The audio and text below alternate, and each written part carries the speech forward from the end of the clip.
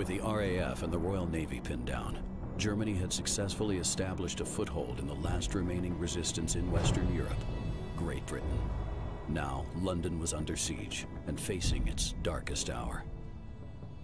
Hitler was banking on the city being bombed into submission, breaking the British resolve once and for all.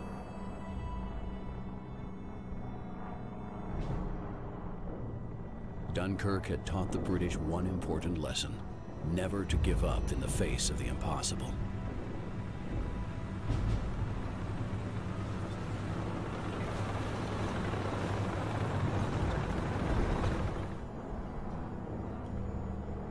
Failure to hold London would mean Britain and the war would be lost to the Germans. Lieutenant Edwards of the 7th Royal Tank Regiment, 1st Army Tank Brigade, had been assigned to stem the tide of advancing German armor.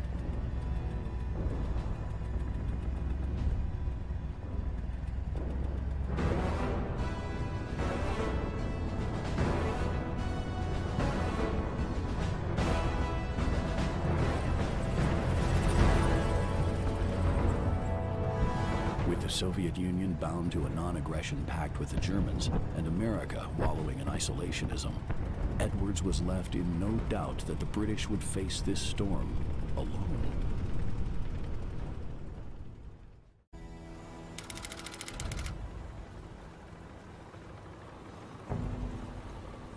Hitler's assault on London had failed.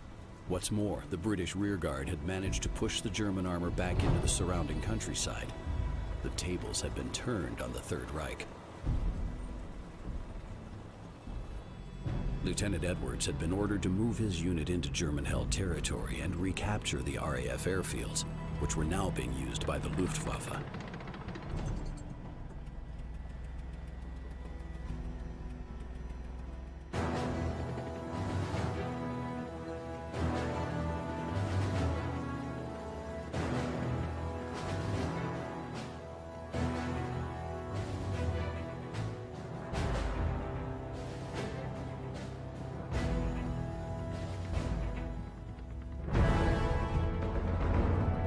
As the British armor rolled across the bridge, Edwards knew this was their chance to pay back the Germans for Dunkirk, London, and the invasion of Great Britain.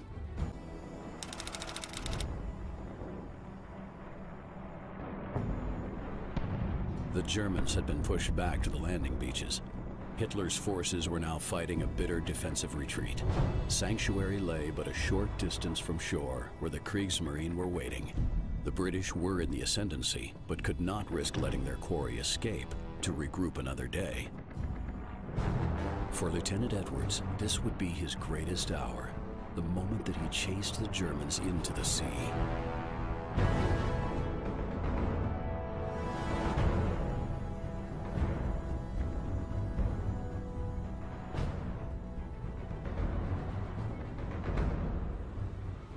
Steel and blood. Edwards knew deep down that this would be a fight with no quarter asked and none given. They still had to overcome their biggest challenge yet. Beil of the 6th Panzer Division, one of Hitler's greatest commanders, was all that stood between success and failure. If Britain was to prevail, Edwards would have to defeat this commander.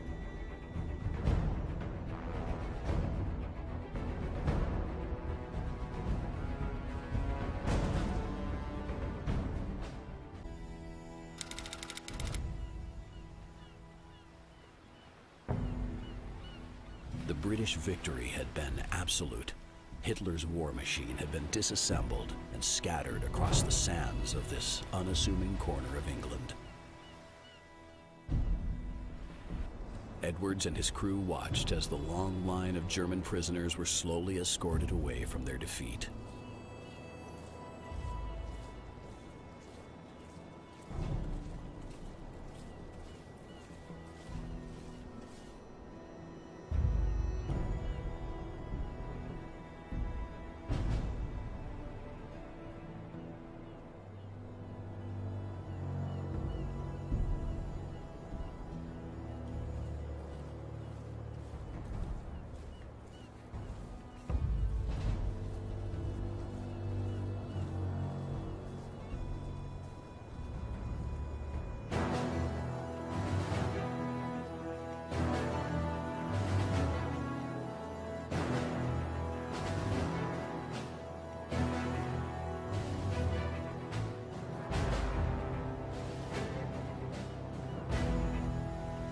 Lieutenant Edwards was right.